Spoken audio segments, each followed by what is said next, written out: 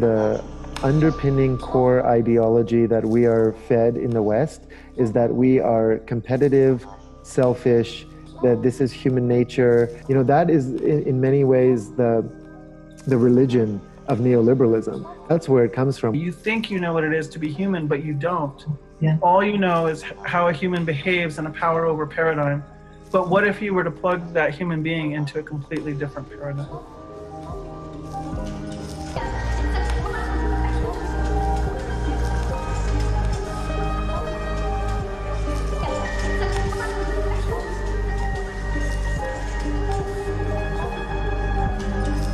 For the past few hundred years, and especially in the last 4 decades, people on every continent have been increasingly at the mercy of a colonial, globalized economy. We've been imprisoned in a consumer society in which our needs are met by distant, anonymous corporations, in which external ideals of success are imposed upon us. This competitiveness that you have to prove yourself by how much faster you can climb and push down the others, and it's been a deformation of the human spirit, I do believe.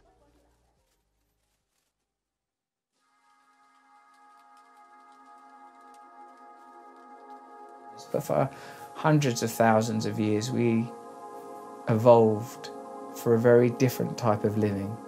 Tribalized. I don't mean tribalized as in ideological oppositionalism. I mean tribalized as I live with these 150 people. My survival is dependent on their survival. My contentment is dependent on their contentment. There's no brain system that supports competition. There's no brain system that's all about aggression. All these assumptions that this society ascribes to human nature, they don't exist in our neurophysiology. And there's an ache now for people to discover who they are. We human beings didn't evolve for a hyper-individualized, competitive way of being. For most of our time on this planet, we lived in collaborative, intergenerational communities, deeply connected to the land and the waters that sustained us. This is why you can now see across the world, people who've been pushed into this unnatural, high-rise way of living, disconnected from each other and from the earth. They're now developing a natural and almost biological hunger for community and connection to nature. I see that the more interest among young people about farming and moving, especially moving outside of big cities, because they are very, very hungry for communal bonds. So I see something very important is happening here. And the young people in Brazil are already showing that they want this ecological future and local future, locally based and deeply weaved within territory to exist. And they came together within a movement that we called localization.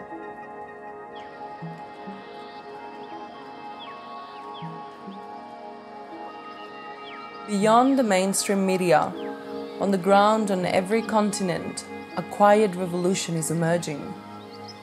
People are seeking community, collaboration, ways of life that nurture the natural world instead of destroying it.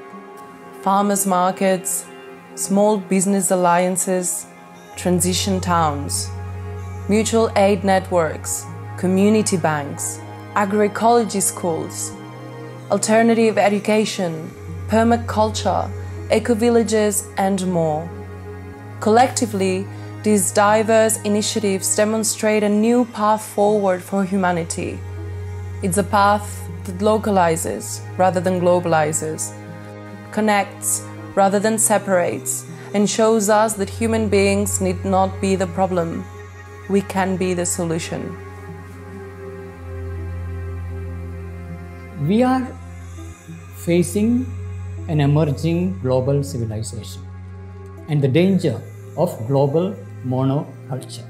And it is this danger that can be countered by the localization movement.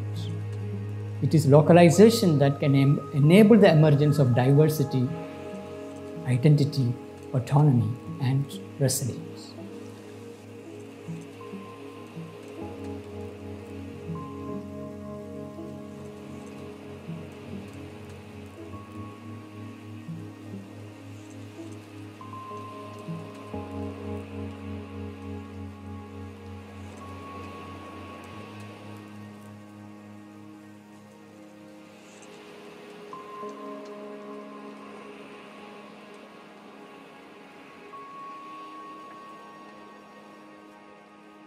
This is a time for localization. It's modest, it's simple, almost beguilingly simple. But it's also complex. It also means that we have to shapeshift. It also means we have to be different. In local economies, people can see their impact on others and on nature. This is a human scale, where the structures create transparency and accountability and bring out the best in people. This, for me, is the strongest argument for localization. When people work locally, they look after what they're working with. They have a longer horizon. They're not thinking to the next shareholder meeting, to the next quarterly profits review. They're thinking, what would this be like for my children and grandchildren? That kind of long-term vision is profoundly ecological. People want to experience their responsibility. And that means that you carry yourself with pride and dignity because you matter. What makes a human being happy? I don't want to trivialize that question, but I would say that it is multidimensional relationships. Relationships to each other, to other people, to non-human beings, to a place. You create together. You meet physical needs for each other. You are embedded and you could say of a place, not just a separate self. But you are part of a circle, of a circle of circles of circles of circles of relationships. Therefore, you know who you are. Therefore, you have a sense of belonging. So what Mahatma Gandhi calls Swadeshi, meaning economics of the place. And we celebrate the diversity of cultures and diversity of religions and diversity of languages, but we keep ourselves rooted in the place where we live. When it comes to food, when it comes to the way that we organise power, when it comes to the way we organise health, and even, I would say, issues as potentially complex as justice, we need to localise where possible.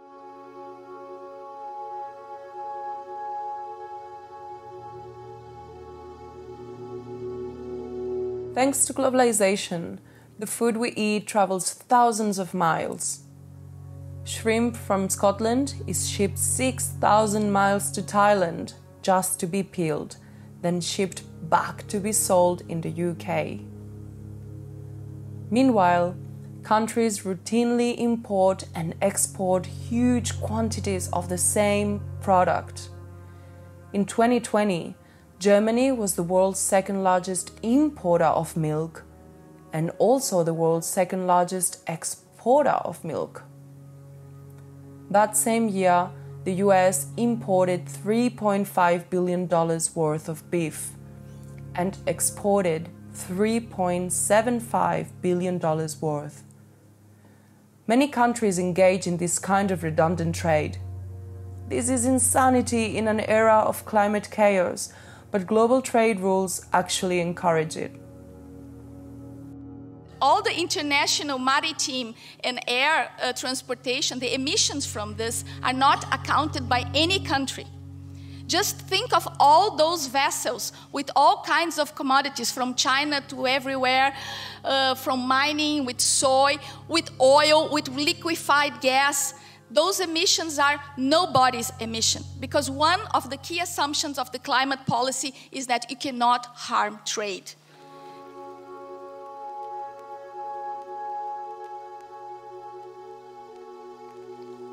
The global market pressures towards vast, chemical-intensive, monoculture-based farming. These monocultures actually produce less food while eliminating biodiversity and destroying small farmers. Local markets, on the other hand, require a variety of different products, and so they unleash the productive and truly regenerative power of small-scale, diversified farming. Permaculture has contributed to that acknowledgement and importance of these smaller, localised economies for radically reducing ecological footprint. It's desperately important that we take control in our communities of our food, to eat food grown locally as much as possible. Saving seeds, learning from our nature, learning from farmers, we can grow enough food to feed all of India twice over by conserving biodiversity, regenerating the soil, regenerating the water, and healing the broken climate cycle. Agriculture uses half of all habitable land, so a shift from global monocultures to localized, diversified food systems would literally transform the face of the earth.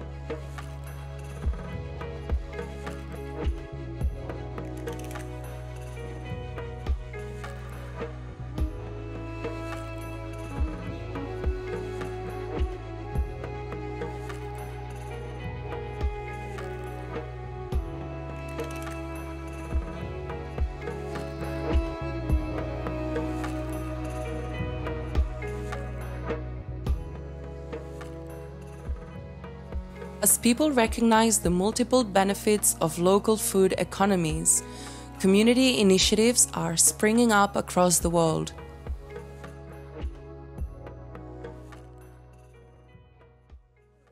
We have over 1,500 urban gardens and farms now, all across the city of Detroit. We are going to build a local ecosystem of food entrepreneurs, and we are about to build the most delicious local food economy on the planet Earth.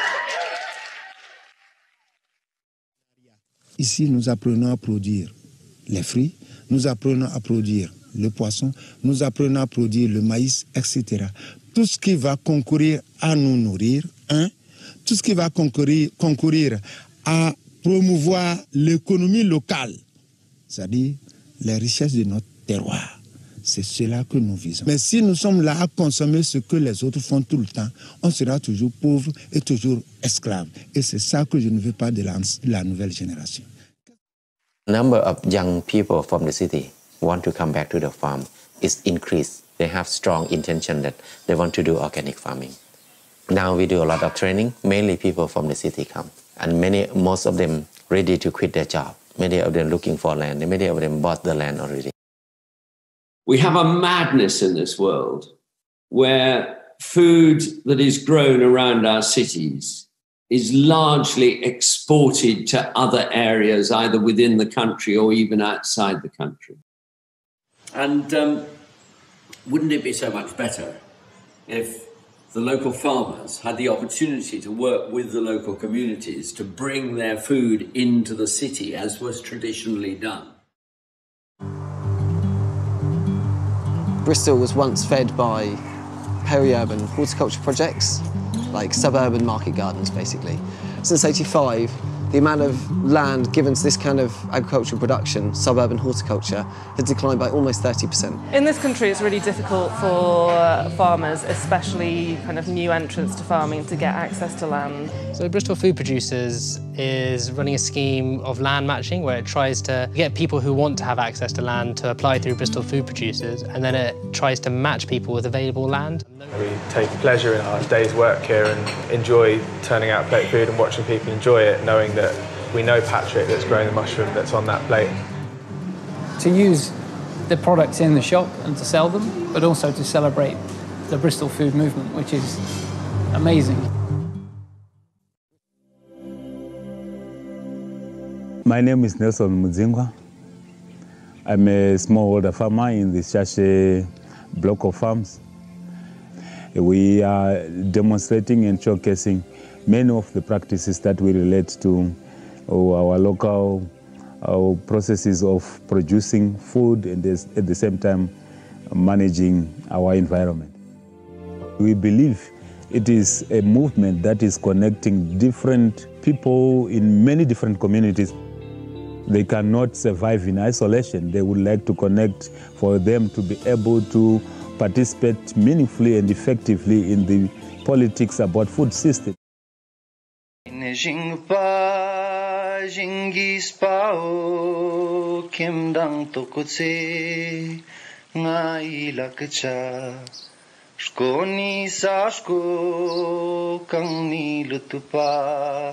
Simshan chikila not pa miskal.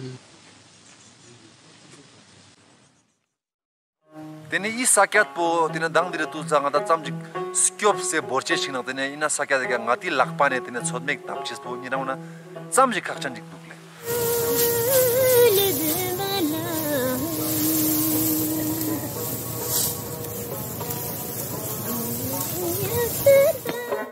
ngata ji la shi cho na ta yon tan ji gote no ka ngati abi me ka ngata lof si hoste no galal kalte zo to ngati shkyop mar kyop na to ngati tor chagala le to tor na tene ngati yonche se ne chugu na ngati chang la das pa yin zete ta che shi met pa.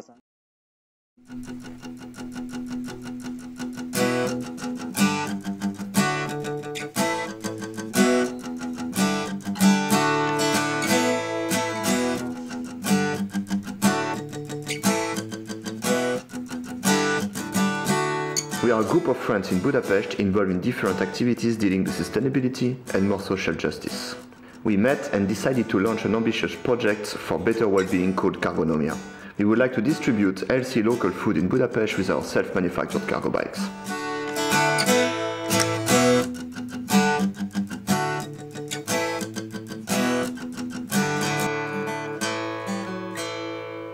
We bring all that foods and also eggs, beers to Cargonomia in the city center of Budapest. From there, we distribute it to people in Budapest with our cargo bikes made in Ciclonomia.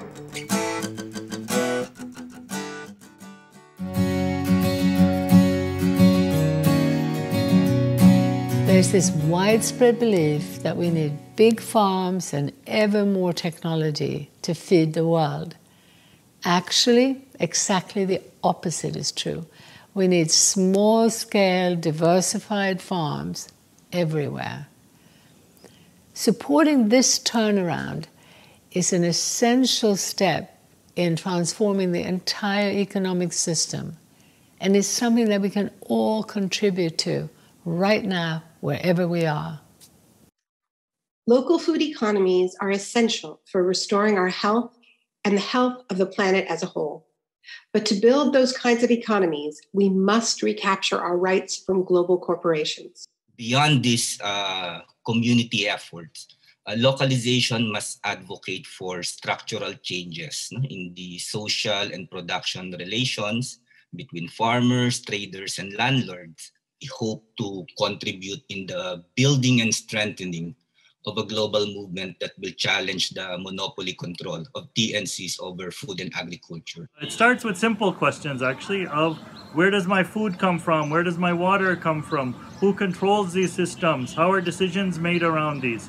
And it starts to connect to larger social movements who are actually trying today to defend our territories, to defend the water resources, to defend control over our own knowledge systems. これから先、私ども日本でも多国籍企業による種の支配が始まったところです。今、ローカルで各都道府県、市町村、そういうところから我々は地方から私たちの食と種を守る。And we need policy reforms that supports localization and agroecology and community-supported agriculture. The need to have strong mass movements of farmers and small fruit producers, of workers and consumers, and all their advocates. So we need to support and strengthen such a strong people's movement.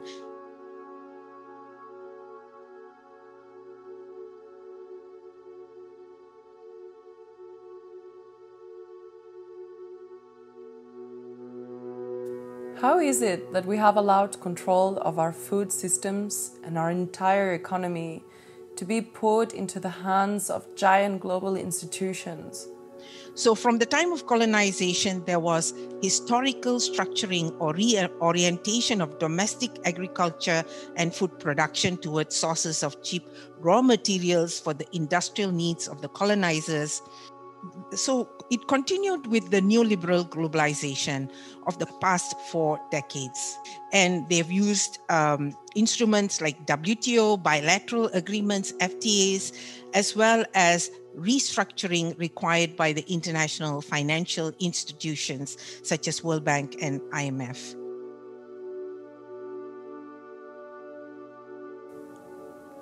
Since the 1980s, governments worldwide have been signing onto trade treaties that give multinational banks and corporations more and more freedom and power.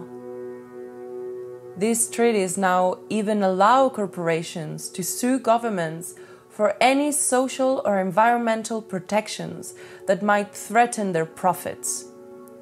This makes a mockery of democracy. You know, what did globalization do?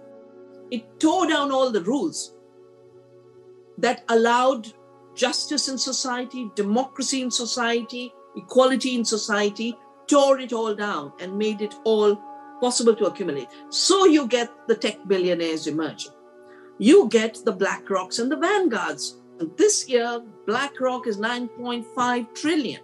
9.5 trillion in a decade. They own the media. They, of course, own the whole financial infrastructure.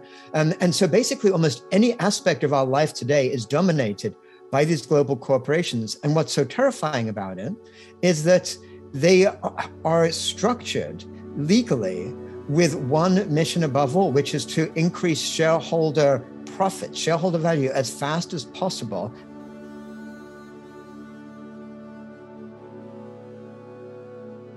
They want to reinforce the current unsustainable global system with a new technology. Now, as we move forward with this localizing movement, we have to be very, very careful with this word, new technology. Because now multinational corporations are taking over our food system with that. Can you imagine a future where multinational companies' servers on the other side of the world automatically manage the robots plowing the farming? The World Economic Forum has set the goal of digitalizing the whole world. In fact, Yale has already collected 24 million hectares of digital data from all over the world. Saudi Aramco, where energy is opportunity. Governments on both left and right are rolling out the red carpet for these corporate giants. They're freeing them from regulation they're freeing them from paying taxes, and they're subsidizing the expansion of globalizing infrastructure. At the same time, citizens, small businesses, and even national industries are squeezed for taxes and burdened by ever more red tape and bureaucracy. That's why products from the other side of the world generally cost less than local products. It's why the gap between rich and poor is so extreme. It's a completely unfair economic playing field. When you have a system that actively undermines the social network and destroys communities because it throws people out of jobs without any thought to the impact of what that will have on the local community.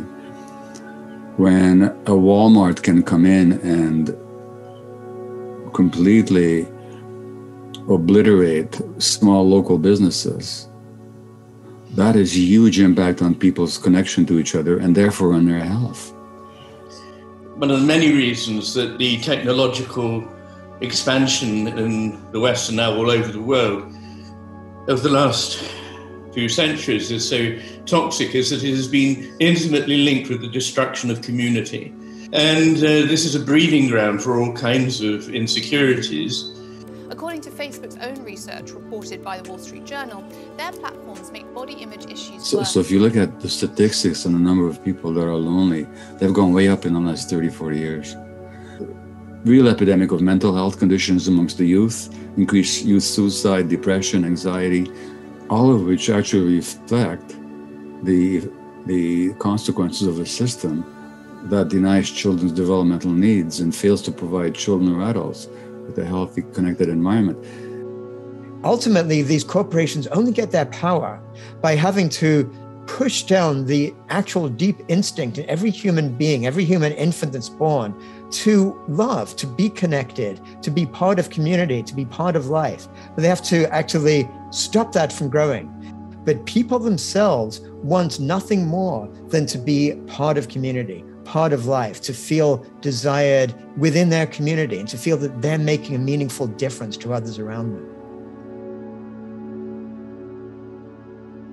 But will it lead to wage rises? We've assumed so before, wrongly. The majority of people are getting poorer. Governments are getting poorer. And even CEOs are running faster and faster in fear of losing their jobs in a merger. So why is anyone still going along with this globalizing madness? The system has become so vast, so global, that it's almost impossible to see its contours. And no one has been charged with stepping back to look at the big picture. Instead, economic pressures have been demanding ever more specialization and ever more narrow perspective.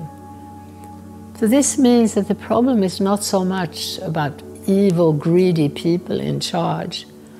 It's much more about a lack of awareness, about ignorance, from the grassroots to the very pinnacle of power. This is actually quite good in many ways, because the antidote to ignorance isn't complicated. It's about raising awareness.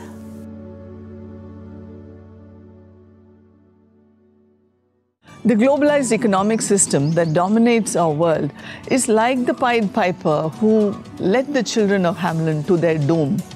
With its enchanting glamour of media, consumerism, and big business, globalization has led us to so many crises like climate change, ecological disasters, widening gap between the rich and the poor, and increasing social violence and illnesses of all kinds. What gives us hope is the millions of deep thinkers and their initiatives that promote localization as a major systemic solution that we need to arrest our civilization's free fall to disaster. When we think local and we consume local, it makes for a healthier planet, because the ripple effect it causes and this community spaces that it creates is just beautiful. I'm trying to shift away from contributing to the fossil fuel economy in any way possible It makes so much sense because the only people making money in the whole economy seem to be the people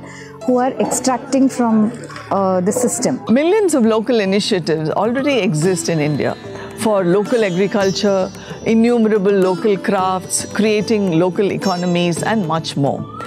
93% of our total workforce of India is from the unorganized sector, which includes small and localized businesses.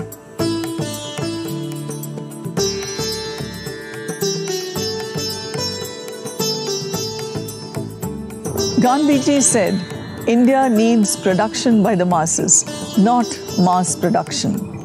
And that we need Gram Swaraj, which really means respect for localization. India is a country that still has over 20,000 varieties of rice, over 1,000 kinds of handlooms, over 120 major living languages, and we have diversity of all kinds.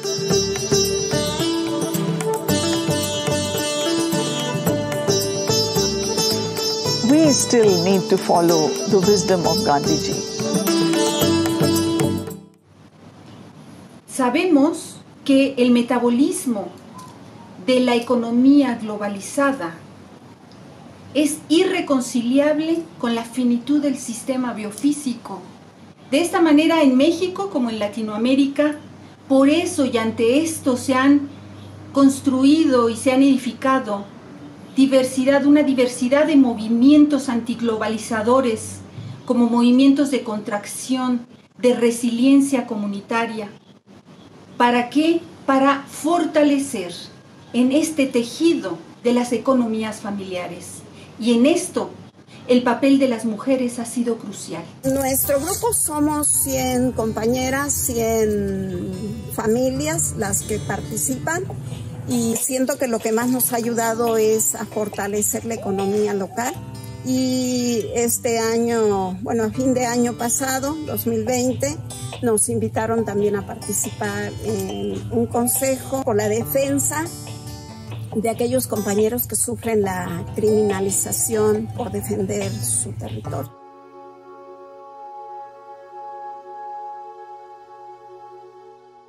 Worried customers have been snapping up everything in sight. Store shelves nationwide are dwindling or totally empty. We needed a pandemic to show us how resources need to actually flow and how localized action can create amazing local responses based on a new relatedness. In an emergency, we're kind of hardwired to help each other. And small-scale approaches are a very effective way to build relationships of trust and meaning while serving needs.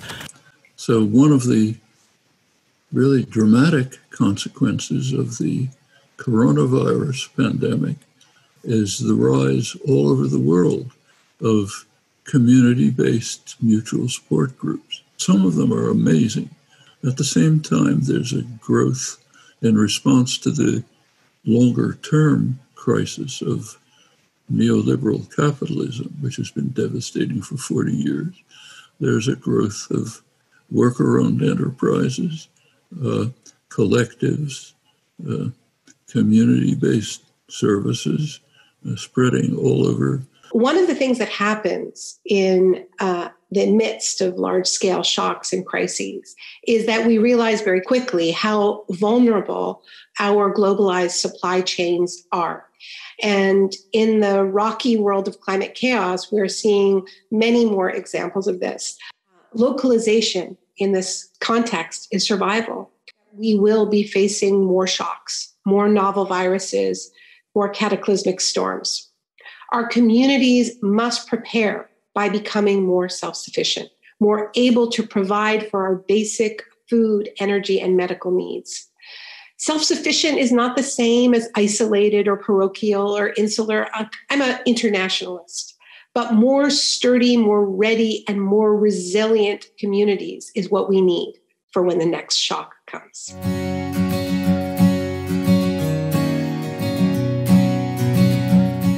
In the modern world, we have been made to believe that globalizing economic development is inevitable. cookie-cutter houses, bigger highways, homogenized main streets, concrete and high-rise and corporate logos on every corner. We have called it progress and treated it as some kind of evolutionary force beyond our control. But all around the world, communities are exploring a diversity of place-based alternatives. We have to rebuild our local economies, our local societies, our local politics. And there's millions of movements around the world which are actually saying, no, we are the power, we claim the power where we are. We're not going to give it to politicians or to corporations. A community decides to manage shared wealth in ways that are participatory, fair, and peer-governed. And this happens outside of markets, outside of the state. It's people-driven. We see it in cooperatives and local currencies and time banking. We can see it in community forests and community-supported industry. The commons and localization are not fated to be small or uninfluential because they're small. The strategy is to emulate and federate, to federate horizontally so we can coordinate and trade knowledge and grow a bigger footprint while keeping the appropriate scale. And there is a master plan for developing the area, and we've looked at it and thought, well, it's exactly as a master plan would be in the late 20th, early 21st century. And we as a community have come together and thought we can do better than this. So what we're looking at is how we can co-design a neighbourhood that's going to answer the questions of growing inequality, climate change, and poor design and fragmented communities. We like to think of the transition movement as being a movement of communities who are reimagining and rebuilding the world, and they do so with a particular focus on localization.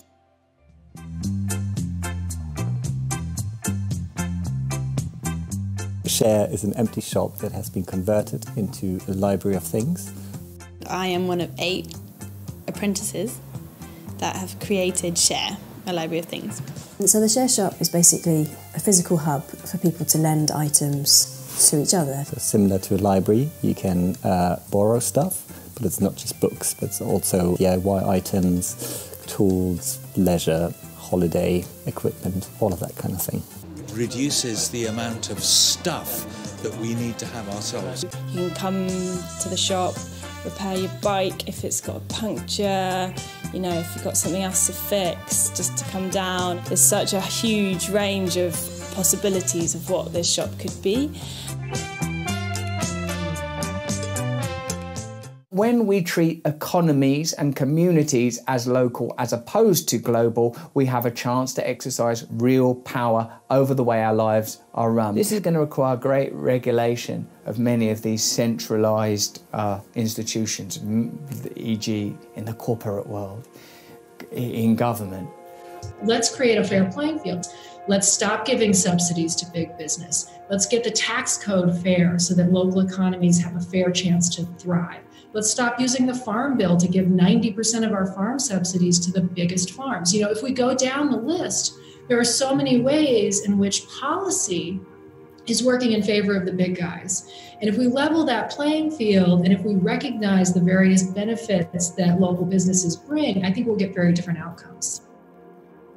ぜひそういった多様な食文化、それから多様な命をしっかりと守っていけるような法律を作っていくことによって日本国内においてもそうですし、ひいては世界においてもそうしたローカリゼーションの活動がしっかりできるようにしていきたいと思っています。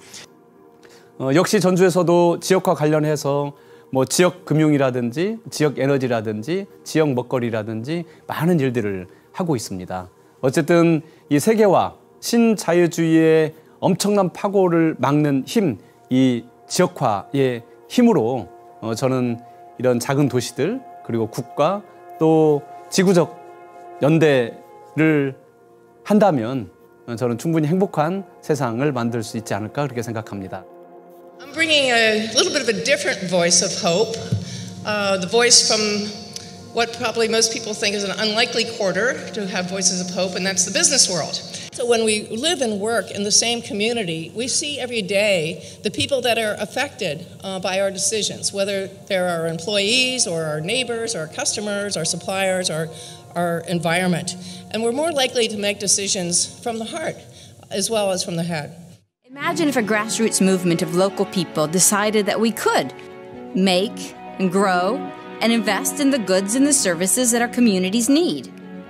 That jobs and wealth were better in the hands of the many rather than the few.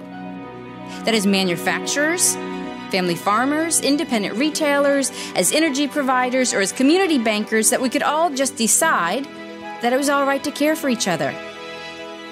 Here at Bali, the Business Alliance for Local Living Economies, we know that real prosperity is local by its very nature. From Seattle to Cincinnati, Asheville to Minneapolis, New Orleans to Vancouver, BC, Bali is celebrating and recognizing, supporting and connecting the leaders of a new economy.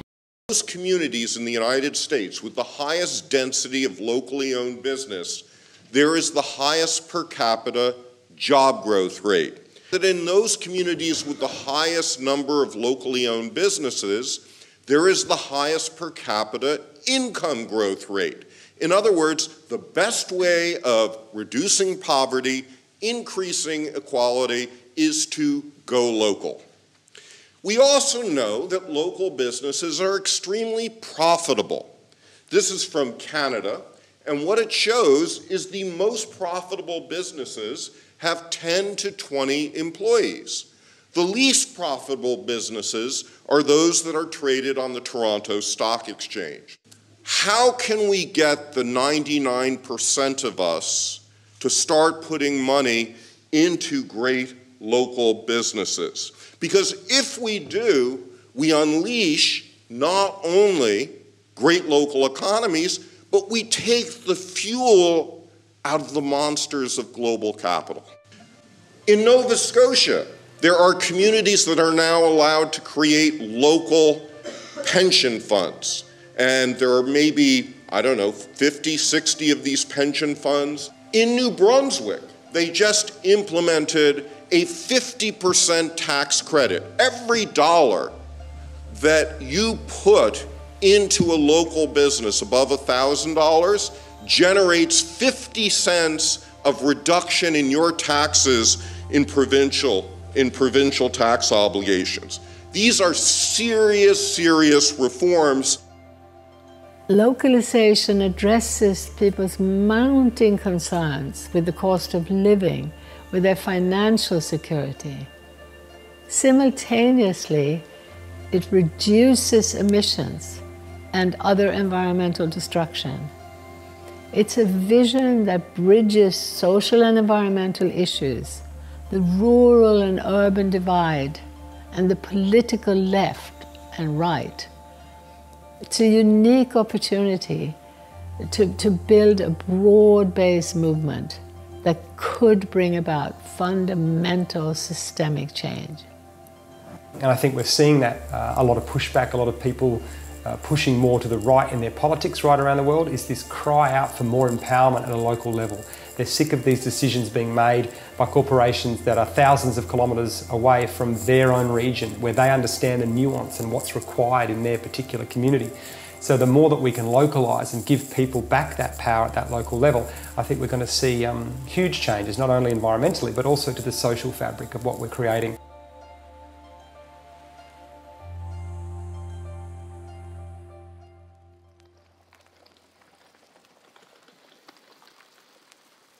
Only the tiniest fraction of the global population is actively involved in promoting the continued globalization of the economy. By contrast, those working for a fundamentally different future can be numbered in the hundreds of millions.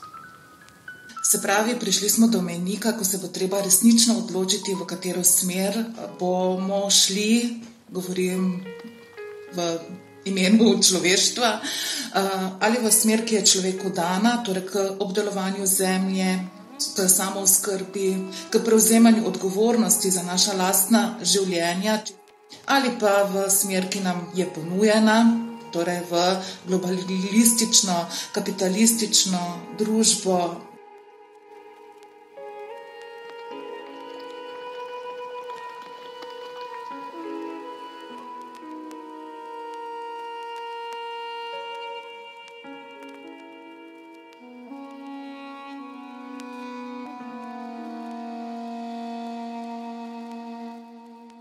this is a vital time to do different kinds of activisms, different kinds of work.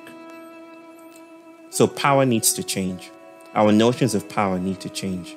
If power is always at a distance, then we will frame economics and the economy as food coming from far away. And we will valorize, reify, ordain, and celebrate a system that denies us the immediacy of our surroundings. So do you see that the mission of this movement is bigger than ever before? Let's keep moving for localizing the whole world so that one day we can brag to our children or grandchildren that we did not give up at the critical moment to protect their future and our planet. And in Brazil, we say decolonizing our imagination. Stop thinking that industrialization is the only way to go and technology is the only way to go. There are other ways of living that it's going to make us maybe even more happy. We have to take a stand for what we are recognizing as important and essential to our full human beingness.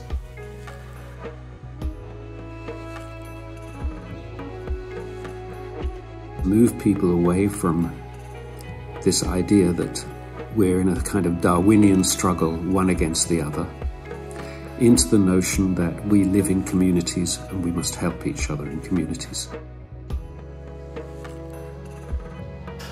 I'm not saying let's smash down cities and throw our iPhones out the window, let's keep them, but let's not prioritise the continual commodification and the continual advancement of consumer goods as the dominant idea for our life.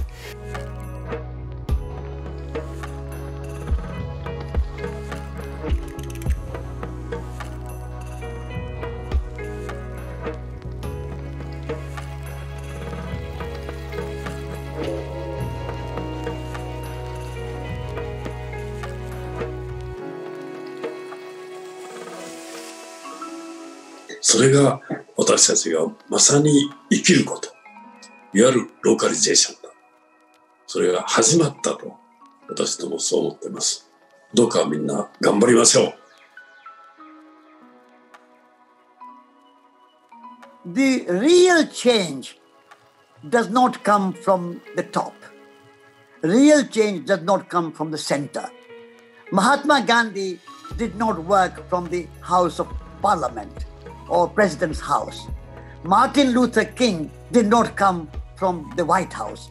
We have to focus on building grassroots movement stronger and stronger and stronger, and that is the future for the local economy and human scale paradigm. Economic localization aligns with fundamental principles of life. It protects and restores biodiversity, and it answers our deep, innate human need for connection. It's an unstoppable force.